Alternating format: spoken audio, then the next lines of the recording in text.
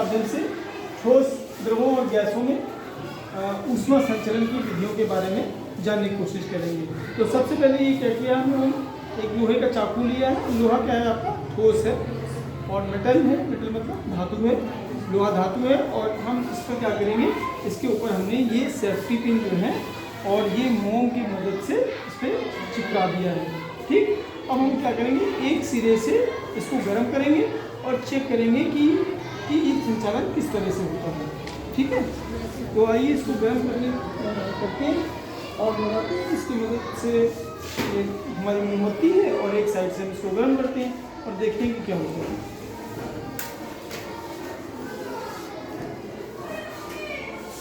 एक साइड में हमने लगा दिया और इसको गर्म होने का पूरा मौका देते हैं, इससे गर्म होने का।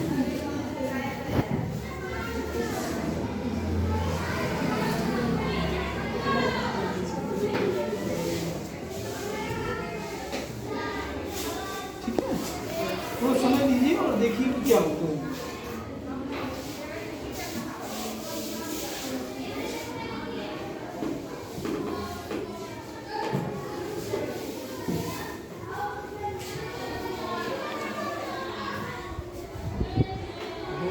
इसमें सही से सेटल नहीं हो पाएंगे। पहले सेफ्टी पिन आगे वाली सबसे पहले गिरी है। Yes sir.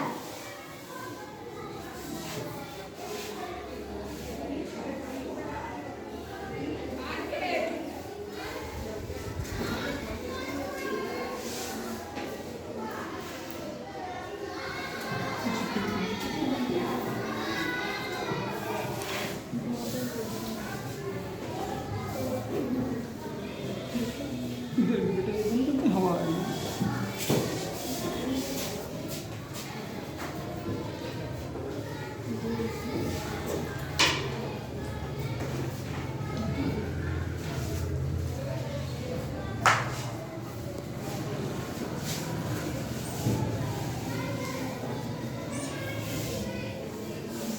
एक साइड से इसको गर्म कर देते हैं, चेक करते हैं क्या क्या समस्या होती है, कैसे ये प्रोसेस होता है इसको देखिए।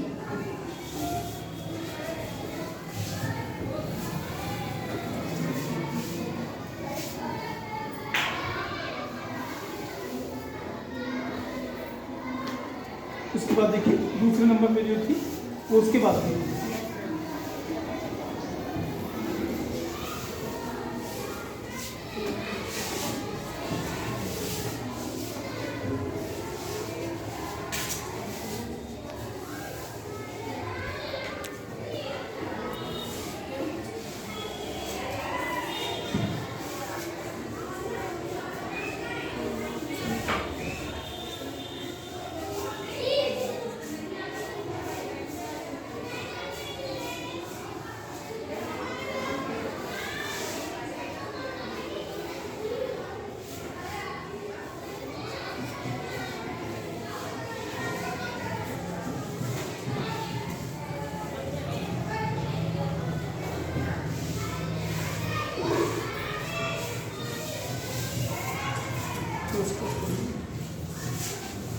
इसके बाद ये तीसरी गिरी और फिर चौथी। इसका मतलब क्या हुआ, ये जो हम प्रयोग कर रहे हैं बच्चों, इस प्रयोग का अर्थ क्या है, देखिए करके ये गिरते जा रहे हैं, लेकिन पहले गिर रही, फिर उसके बाद गिर रही, फिर उसके बाद गिर रही, फिर उसके बाद वाली गिर रही।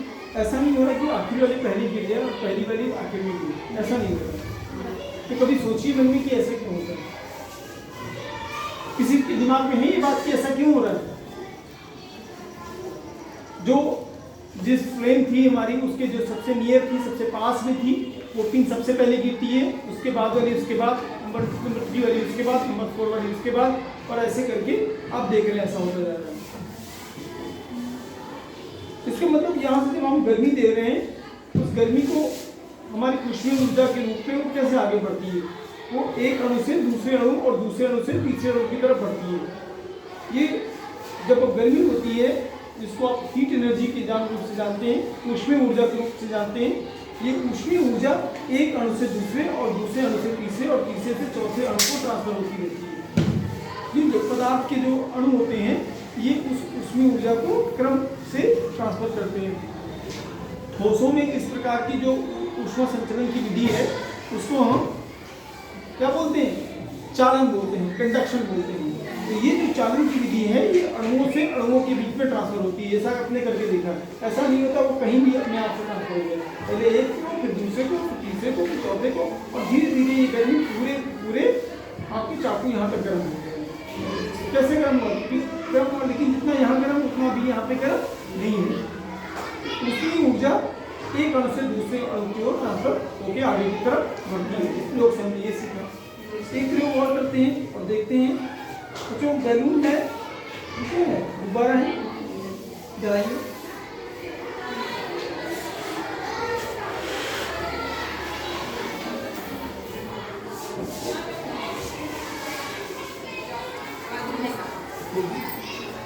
फट गई। तो क्या एक दूसरा गुब्बारा मेरे पास, उसको भी इसके ऊपर रखिए, इसको भी फट जाना चाहिए। देखते हैं क्या होगा।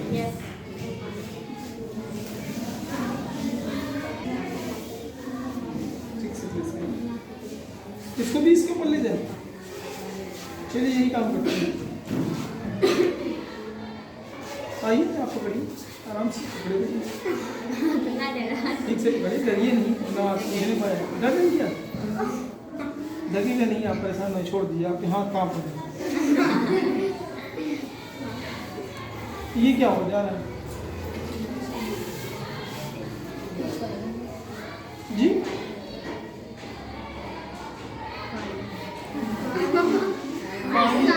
गुब्बारा लगातार लगाए हुए हैं। ये देखिए क्या, मोमबत्ती के ऊपर हमारा गुब्बारा लगातार लगा हुआ है। हाँ, काला हो गया, गर्म हो जाएगा, पानी उबल जाएगा, लेकिन गुब्बारा नहीं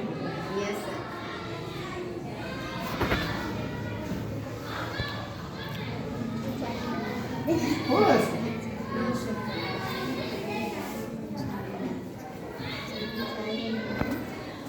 इसको रख दें ऐसा होने के लिए। आइए स्टैंड दे दीजिए, लगा दें, स्टैंड दीजिए, ये स्टैंड दीजिए, और ये हम आग जला के और इसको रख देते हैं। परमानेंटली फूट ही जाना चाहिए आपके पास। हाँ, इतना इसके ऊपर जोर लगाया जाए कि फूट ही जाए।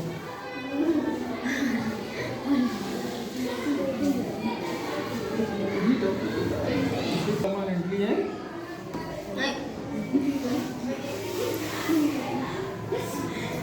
क्या हो रहा भाई? आए सही से पकड़ के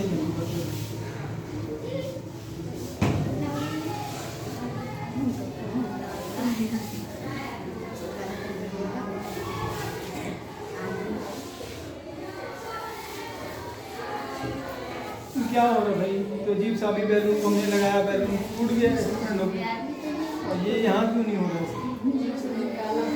काला पड़ गया और गर्म हो जा रहा है, सारी बातें हो रही हैं, मगर फूट नहीं।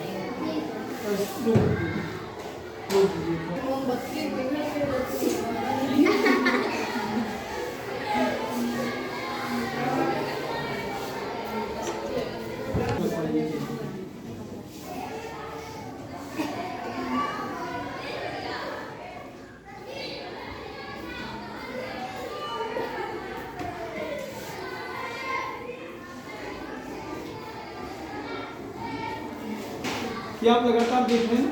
yes. इतनी देर गर्म करते हो गया मगर कुछ हुआ नहीं बारे में। ये कैसे हो रहा है? कभी सोचिए इसके बारे में, ये कैसे हो रहा है?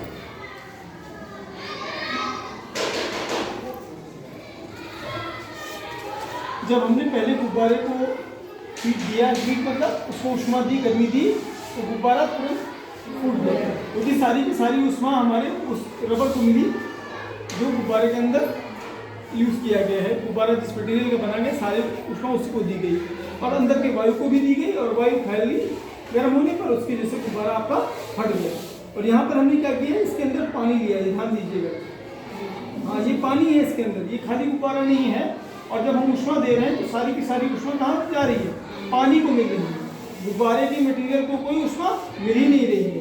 और यहाँ पर जो ताप बढ़ रहा है, जो तापमान यहाँ बढ़ रहा है, तो तापमान बढ़ने की उस विधि को हम संवहन विधि, कंडक्शन मेथड कहते हैं। एक अणु से दूसरे अणु में जाती है, लेकिन भंवर धाराओं के रूप में। नीचे से गर्मी पा करके पदार्थ ऊपर की तरफ बढ़ते हैं और फिर ऊपर से नीचे की तरफ।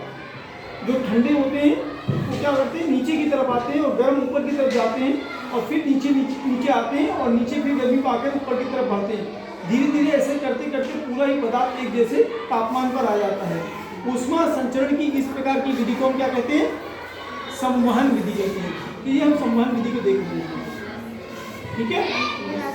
अब हम पूरे गुब्बारे को ही गर्म कर सकते हैं और गर्म करने के बाद भी आप देखेंगे कि ये क्या होगा, गर्म तो पूरा हो जाएगा लेकिन ये फटेगा नहीं। ये आप काफ़ी गर्म हो गया ऐसे में। आप लोग इसके छुप भी देख सकते हैं। हाथ बंद दे देंगे फिर धुल लीजिएगा, तो हाथ भी दे दीजिए, पूरा देख लीजिए गर्म है या नहीं, ऐसे बता रहे हैं आप। इनको सभी को दिखा दीजिए, एक बार चेक करिए गर्म है क्या। हाँ तो तुम्हारे इतना अच्छा अच्छा काम तो वीडियो नहीं बना रहे, डाल दिया थोड़ा इसमें भी डाल दिया।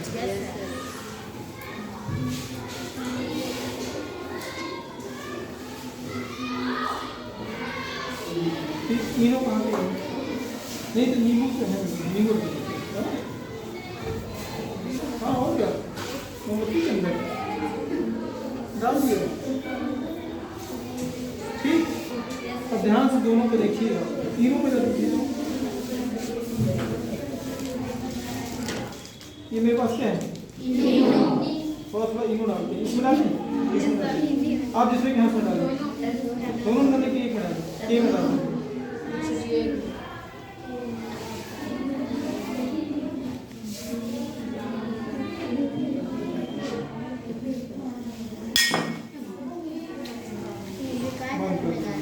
मोमबत्ती अपने आप बंद हो गई, अपने आप बंद हुई ना, मैं तो बंद नहीं। फिर से एक बार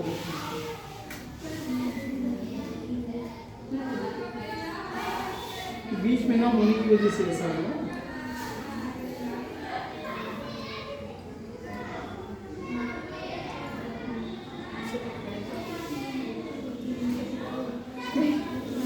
वो वीडियो इसके अंदर नींबू डाला, वाटर डाला और हमने क्या डाला, इनो, तो कार्बन डाइऑक्साइड गैस बनती है। आपको उस दिन करके दिखाया था। कार्बन डाइऑक्साइड गैस किस काम आती है, आग को बुझाने के काम आती है। जब भी हम इसके अंदर इनो डालेंगे, कितनी बार भी जला के रखेंगे, कितनी बार भी इनो डालेंगे, ये तुरंत ही बुझ जाती है। करके फिर से देख सकते हैं आप, अगर आप करके देखना चाहते हैं तो हम फिर से करके आपको दिखा सकते हैं। ये आपने ये सूखी मोमबत्ती है, पानी थोड़ा कम कर लेते हैं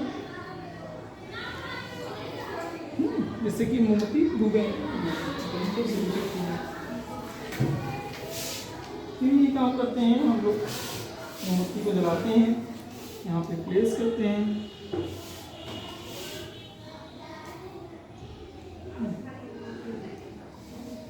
छोटे पतले हाथ वाले को बच्चा आ जाए, मदद कर दे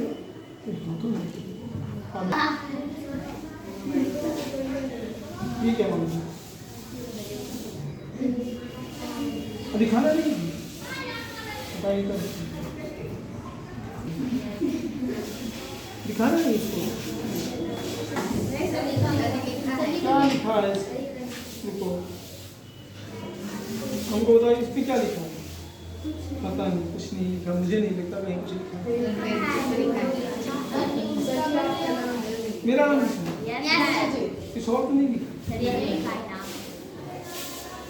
जो सुखा ले आज सीक्रेट लेटर लिखा है। नींबू का रस लीजिए, नींबू का रस है ना, इसमें लगाइए, पेंसिल में लगाइए, ठीक, और कुछ भी इस पे लिख लीजिए। कोई अपना नाम लिखवाना चाहता है या कौन लिखाना चाहता है, क्या नाम है आपका, बताइए नाम बताइए।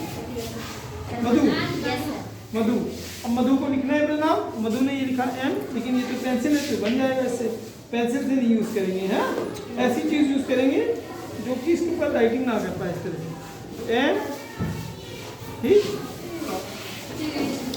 अरे नींबू से लिखिए,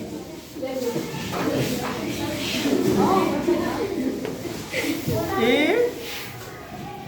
डी और फिर क्या करेंगे एच और यू, और इसको सुखा देंगे। अब ये सूख जाएगा तो कोई नहीं पढ़ पाएगा इसको ना, कोई पढ़ पाएगा। इसको सुखा दीजिए, काफ़ी देर सुखा दीजिए, घंटे 2 घंटे धूप में रख के सुखा दीजिए। तब कोई नहीं पढ़ पाएगा। फिर क्या करना है, मोमबत्ती जलाना है, इसको पढ़ना अगर है तो मोमबत्ती जलाएंगे, ये जला दिए मोमबत्ती, और उसमें इसको लेके जाएंगे ऑब्जेक्ट को, और इसको इसके नीचे रखेंगे। और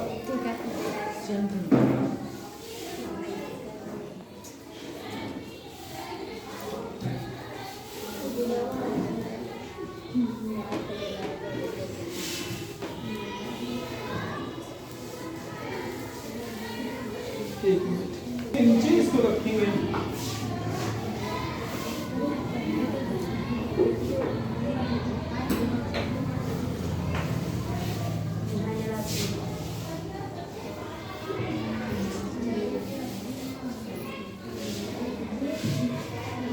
क्या देख रहे हैं कैसे कर रहे हैं, इसके नीचे मोमबत्ती को दिखाएंगे।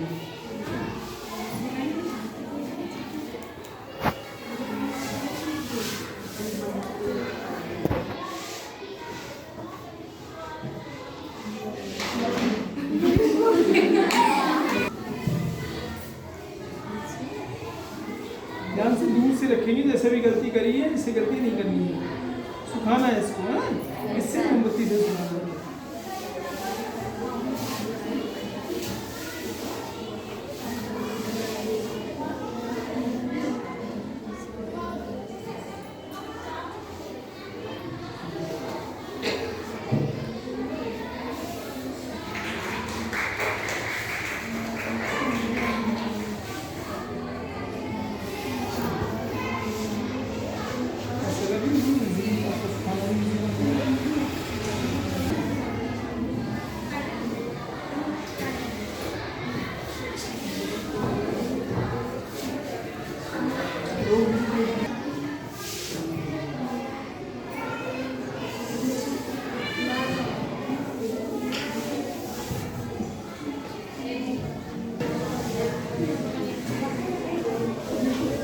ये देखिए पूरा क्लियर होने वाला है, जो भी आपने लिखा होगा धीरे धीरे पूरा उभर के सामने आएगा। आप धीरे धीरे हीट करेंगे तो ये पूरा लिखा हुआ आपके सामने आ जाएगा।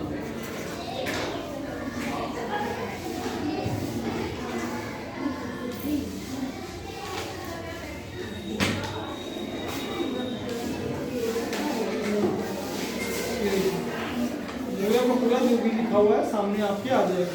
ये है सीक्रेट तरीके से कोई लेटर लिखना हो तो पहले क्या करिए कि नींबू ले लीजिए, जोड़ लीजिए, ठीक है, फिर उसको किसी पॉइंटेड चीज़ की मदद से पूरे पन्ने पर लिख लीजिए जो भी लिखना है। तो धूप में रख के सुखा लीजिए, और सुखाने के बाद फिर उसको कोई नहीं पढ़ पाएगा, कोई पढ़ पाएगा, कोई भी नहीं पढ़ पाएगा। जिसको पढ़ना है उसको ट्रिक बता दीजिए।